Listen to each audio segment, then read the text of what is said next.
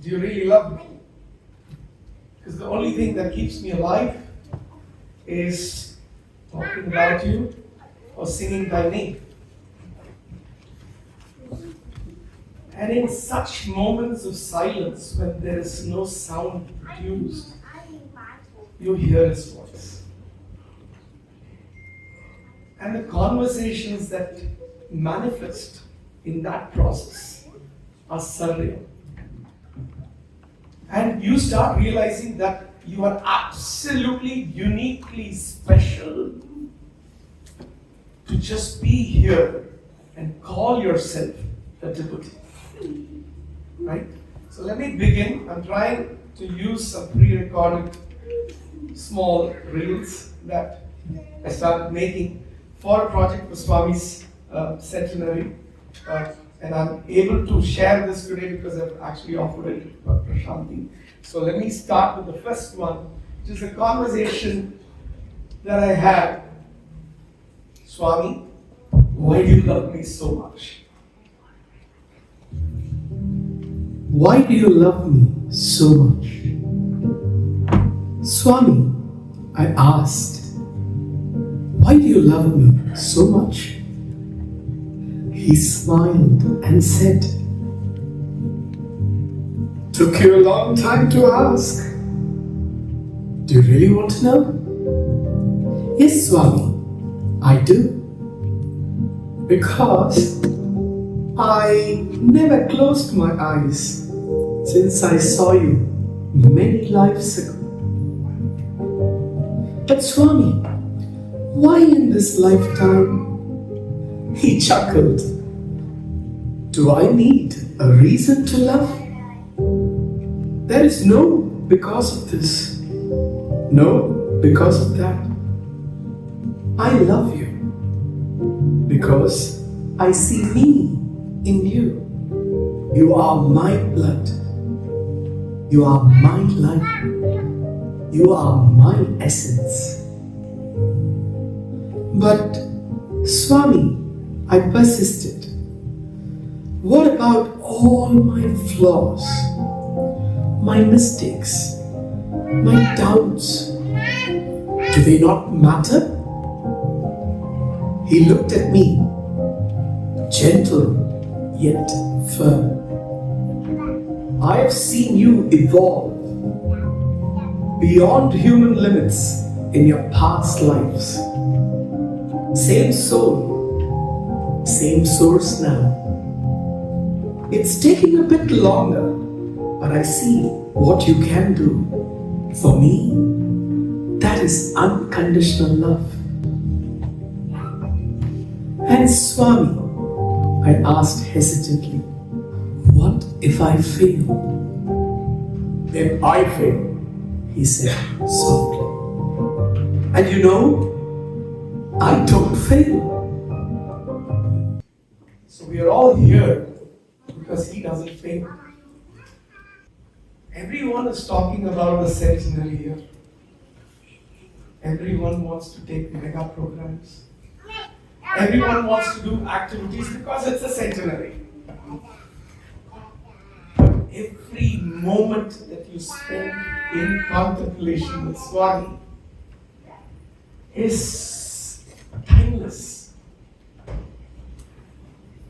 So we only use excuses to measure our love when his love spans many lifetimes. Right? There's this beautiful story of bank balance. We all get, there are so many form boys. Many of you know about form boys. There are a few alumni here. They all are in the front. It does not mean they are the absolute best, but it is what they deserve, what they have done, or what their parents have done over so many years. So what you have to receive from him automatically comes. And once that is over, how do you continue to receive? The biggest blessing for us, you will realize when you face a loss in your life, or you experience that moment where you're a few seconds away from death.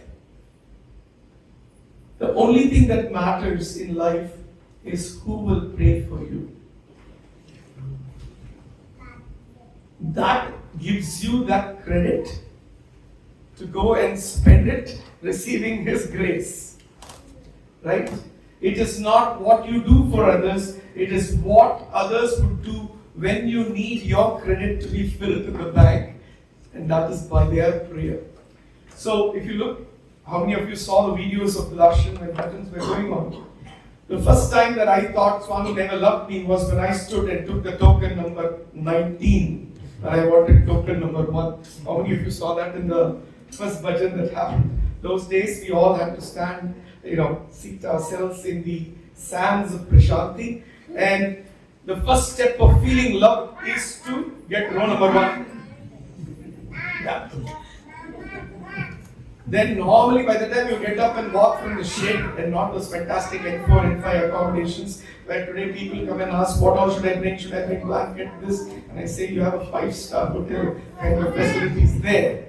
The times that we went to Prasanthi where it was sands everywhere and toilets. And today we talked about toilets and breaks and stuff like that. It kind of reminds me of those days where you have to stand in the queue at 4:30 in order to get an access to a bathroom. And most of the times, when you did not get row number 1, you want to take control of things. What is the control that you take? To feel that Swami loves you, you try to go and become the first person to take the token.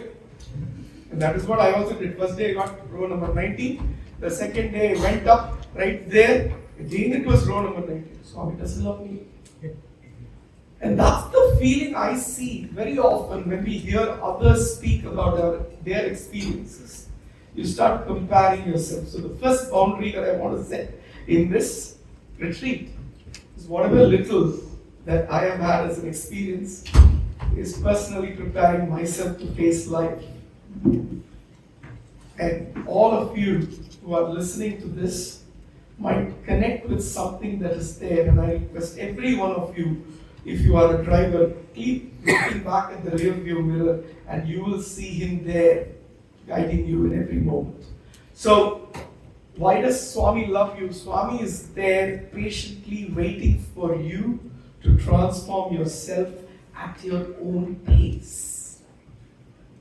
There is no preset formulas. There is no preset mantras. There is no this, that. There is nothing that moves sequentially. Everything is so personalized as you are in His creation. So, ask yourself, why do you love me, Swami? Then you realize He loves you because you are His. You are a part of Him. And He wants to see every part of Him as beautiful as He is. And that's how we should set our boundaries this centenary year of trying to become a little part of Him. A little part. Rather than just singing, rather than just coming for retreats, charging. I mean, everyone spoke of a Parthi Yatra. I call Parthi visits Tesla charge. A Tesla charge is not permanent, it discharges. You got to go and recharge. Does that mean you have to go to Prasanthi every other month to get a recharge? No. You got to create a Prasanthi where you are. Right? So all of us come back exuberant after a Bhakti Yatra. I want to do this, I want to do the moon. After 1 month, then the number of times you pick the call will get lower. Energy dies down. And then you want another super recharge, you go back to Bhakti. This is a cycle that we follow. And Swami says, you know what, I'm patient enough here. Take your time. I'm waiting for you. And I will never fail, He says. And that should be our confidence that the moment we are part of Him, there is no way we will fail. I will move to our. Now, why is that? Why is this unique between Swami and us? Is because the bond between Swami and us is an eternal bond. Swami says, my beloved, I'm always there. I'm always there, whether you think of me or not. Once you're mine, you may forget, but I don't. You may forget, but I don't. You may ignore, but I don't. Once you are mine, you may doubt, but I'm beyond that. You may question, but I'm beyond that. When my eyes met you, and all of you, I want you to close your eyes if you have seen Swami in his physical form, and think of that moment when your eyes met his. When my eyes met you, I proclaimed, you are mine. You are mine. This is not just this lifetime. This is not just this lifetime, but many lifetimes. Every time I bring you close and I proclaim, I protect, and I proclaim to protect, to nurture, to water, to teach. So you may come closer to me and spread the light. Because when you are with the sun, you start reflecting his light. Once you're mine, you'll always be, and I will not forsake. And that's his promise. So if we need to march as a devotee in our quest to have self-realization, we need to have blind faith that he is always there and our bond is never, ever going to be broken, because whatever is Swami's is eternal. The penance and prayers done today and the eons of time that have gone by, based on that, I have incarnated myself because Swami loves us, because our bond is eternal, and because we also need some form of connection with the form. He came from the formless to a form. And Swami says, you're always my plan. The easiest way Swami said to one of his students, Swami, how will we see you after you're gone? And they were driving in a car. And he said, roll down the window. And he saw a beautiful sunset there. He says, that's me. In Prakriti, I manifest. You people have selected such a beautiful place where everything is serene and absolutely wonderful. How many times have you ever looked at a leaf and seen how beautiful Swami's creation is? That is Swami.